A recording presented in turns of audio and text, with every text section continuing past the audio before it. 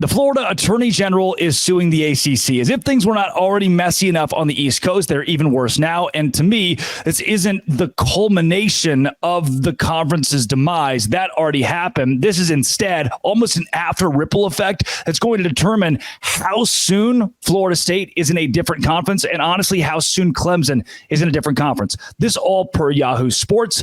Ashley Moody's office filed a suit against the conference in Leon County on Thursday. The suit seeks to make the text of the ACC's TV contract public as Florida State looks for ways to get out of the deal it signed with the ACC without paying a hefty fee. How about this, baby? The government's getting involved. The Attorney General of Florida said, hey, this was I love reading this article, by the way, from Yahoo Sports and Nick Bromberg that mentioned how in January, the AG's office put in a request for the public records that has the TV contract, and they probably haven't gotten it. They are now still trying to get the ACC to admit what its TV deal is and how there is possible fraud from that conference and from Jim Phillips, the commissioner. Here's a direct quote from the AG's office. Documents are public records, even if prepared and maintained by a private organization, if they were received by agents of a public agency and used in connection with public business, the suit states. The term received in section 119.011 refers not only to a situation in which a public agent takes physical delivery of a document, but also to one in which a public agent examines a document residing remotely. Otherwise, a party could easily circumvent the public records laws. So in essence, we are wondering if the ACC has committed fraud.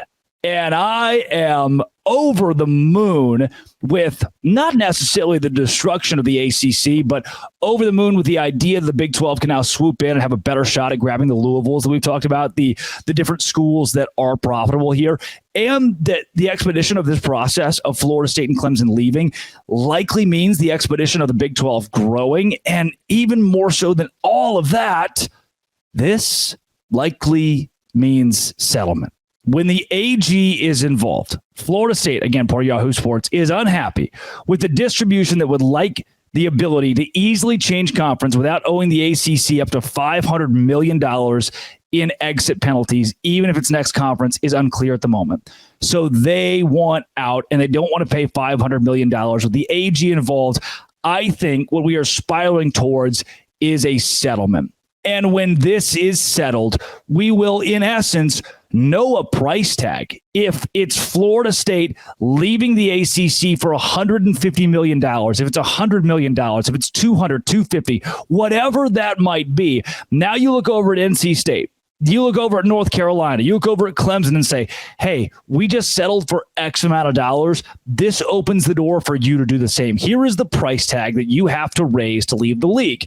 As you know, the addition of Cal, Stanford, and SMU was something that the ACC was doing to backfill. We thought that their TV deal was through some odd 2036, and that backfill would make it to where ESPN couldn't rework that TV deal. But come to find out from some of the documents that have been unearthed out of this grant of rights by Florida State, in 2025, ESPN can decide altogether, we don't want the ACC's product anymore. We're cutting your contract after 2007. So there's about a 9-year gap where teams thought they had a TV contract and they didn't really. And the AG's goal here is to make that public, make those TV notes, that contract public.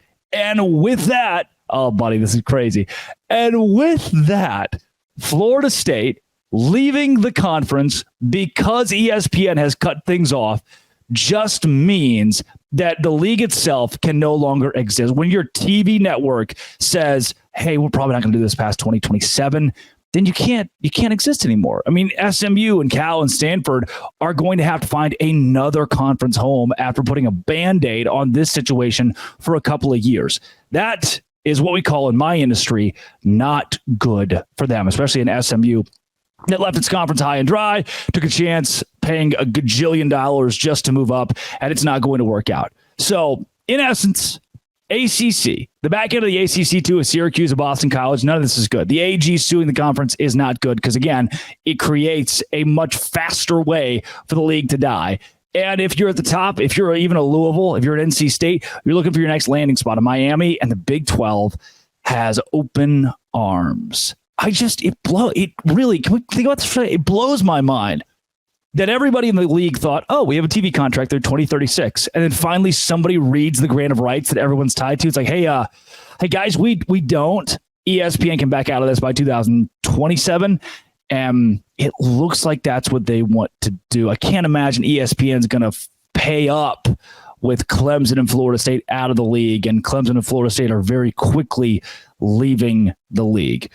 So there's your update out in the ACC. Big 12 expansion looks closer and closer, better and better as that league comes to a crumble. I don't know if any of us truly missed the ACC or make it the Pac-12 because of how aggressive, almost narcissistic, and I mean there were so many Pac-12 fans and even their commissioner George Kliavkoff who were delusional over the course of that process. And it seems like the ACC, based on what is probably fraud, is also in that camp of I guess it sucks for college football traditionalists to not be able to see Clemson play North Carolina or NC State, but man, you kind of brought this one on yourself, and it makes me very thankful to have Brett Yormark as the commissioner of the Big 12 because the guy can do business.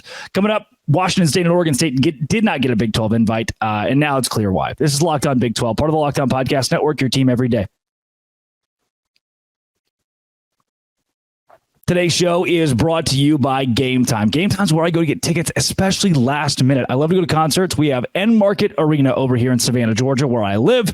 And I go to End Market to watch concerts, but I buy tickets 30 minutes before the actual event. Game Time is authorized ticket marketplace of Major League Baseball as well. So if you want to go to a game near you, high-profile events, do it. Last-minute deals, flash deals, zone deals, all-in pricing. Toggling this feature shows the total upfront with no surprise fees at checkouts. You get a panoramic view from your seat. The lowest price is guaranteed, and you get ticket coverage. Take the guesswork out of buying tickets with Game Time. Download the Game Time app, create an account, and use code LOCKEDONCollege for $20 off your first purchase. MLB, concerts, theater. It's Game Time. Locked On College for $20 off your first purchase. Terms apply. Again, create an account, redeem code Locked On College. Download the Game Time app. Last minute tickets, lowest prices, and that is guaranteed.